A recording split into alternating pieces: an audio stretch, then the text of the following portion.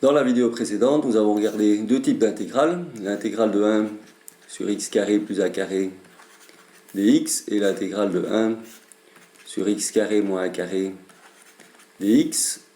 Pour la première, on obtenait une primitive avec une arctangente et pour la deuxième, on obtenait un ln. Maintenant, nous allons regarder les intégrales de la forme 1 sur n'importe quel trinôme du second degré, c'est-à-dire ax carré plus bx plus c. Le but est donc de retrouver une des deux formes précédentes, soit x carré plus a carré, soit x carré moins a carré. X carré plus a carré qui est une expression qui n'est pas factorisable, x carré moins a carré qui est factorisable, c'est une différence de carré. Et donc deux possibilités différentes, soit le delta, c'est-à-dire le réalisant du trinôme du second degré, est négatif et on obtiendra arctangente, soit il est strictement positif et on obtiendra une différence de carré et donc un ln comme primitive. On pourra regarder aussi un exemple avec un carré parfait au dénominateur qui ne devrait pas poser beaucoup de problèmes.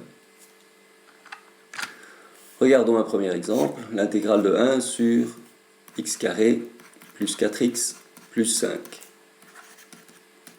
On peut rapidement calculer le delta qui vaut b carré 16 moins 4ac moins 20, c'est-à-dire moins 4. Le delta est négatif et donc on va devoir écrire une somme de carrés et obtenir une arctangente comme primitive. Allons-y. Il faut donc écrire le carré qui commence par x carré plus 4x.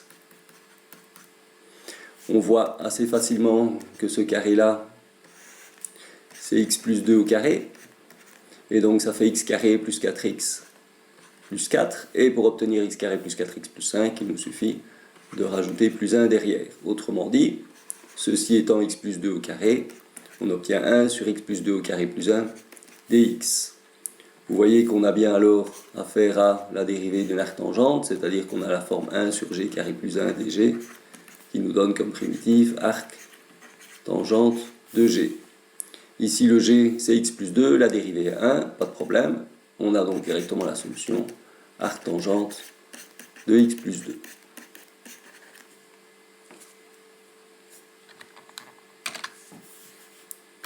Deuxième exemple, l'intégrale de 1 sur x carré moins 4x plus 3 dx. Le delta ici est égal à 16 moins 3 fois 4, 12. Cela nous donne 4 et donc on a un delta qui est positif. On peut donc factoriser ceci. Ce que l'on va faire,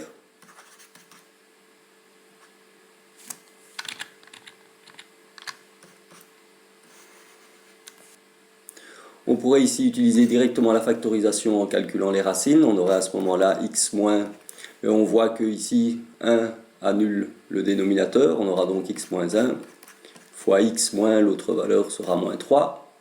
Ça donne bien x carré moins 4x plus 3 si on distribue. Et on peut à ce moment-là écrire l'intégrale en deux termes, un divisé par x moins 1 et l'autre divisé par x moins 3. Ici on va le faire à partir du carré parfait. Et donc construire le carré parfait qui commence par x carré moins 4x, c'est-à-dire x carré moins 4x plus 4. On a ici comme carré parfait x moins 2 au carré. Pour obtenir la même chose qu'ici, c'est-à-dire plus 3, je dois soustraire 1. J'obtiens moins 1 ici. Et je vois ici que j'ai affaire à une différence de carré que je peux factoriser. Et donc cela me donne x moins 2 moins 1 multiplié par x moins 2 plus 1.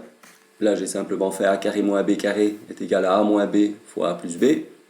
Et ce qui nous donne finalement dx divisé par x moins 3 fois x moins 1. Vous voyez qu'on aurait pu directement, encore une fois, directement factoriser à l'aide des formules de résolution du second degré. Et maintenant, on veut écrire ceci en deux fractions. Une fraction avec au dénominateur x moins 3, une fraction avec au dénominateur x moins 1. Pour que les x disparaissent, je mets un moins entre les deux fractions et essayons avec un 1. Si je remets ceci au même dénominateur, j'aurai x moins 1, moins, entre parenthèses, x moins 3 divisé par le produit x moins 3 fois x moins 1, ce qui me donne finalement moins 1 plus 3, c'est-à-dire 2 sur x moins 3 fois x moins 1. Donc tout ceci est égal à 2 sur x moins 3 fois x moins 1.